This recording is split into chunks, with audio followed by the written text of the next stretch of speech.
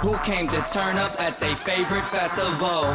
Turn up. I need some people, what? Some party people, hey, to jump on stage and rage with your bro.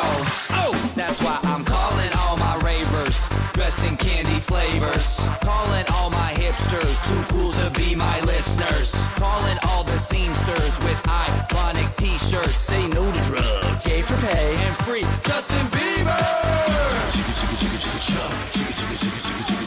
Excuse me, who are you? Hey. Excuse me, who are you? Hey. I am the conductor, the beat is your instructor.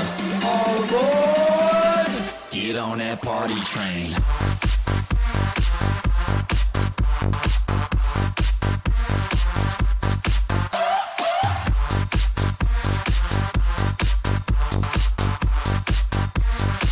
Get on that party train.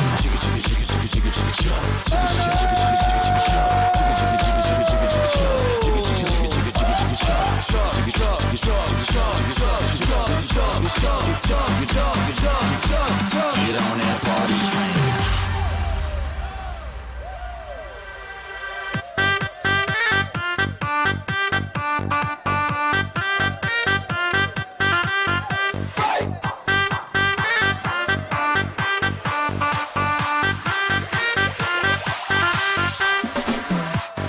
I can feel I need to let loose.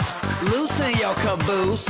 I need to drink some juice with some gin so I can win and party with all of my friends. That's why I'm calling all my groupies and rats that like them bottles. Calling all my duck face Instagram models. Calling all the cuties doing squats for their booties and Snapchatters. I need more disappearing boobies. Ass, cash, flash, no one rides for free.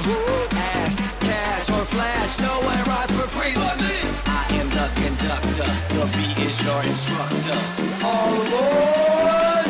Get on that party train.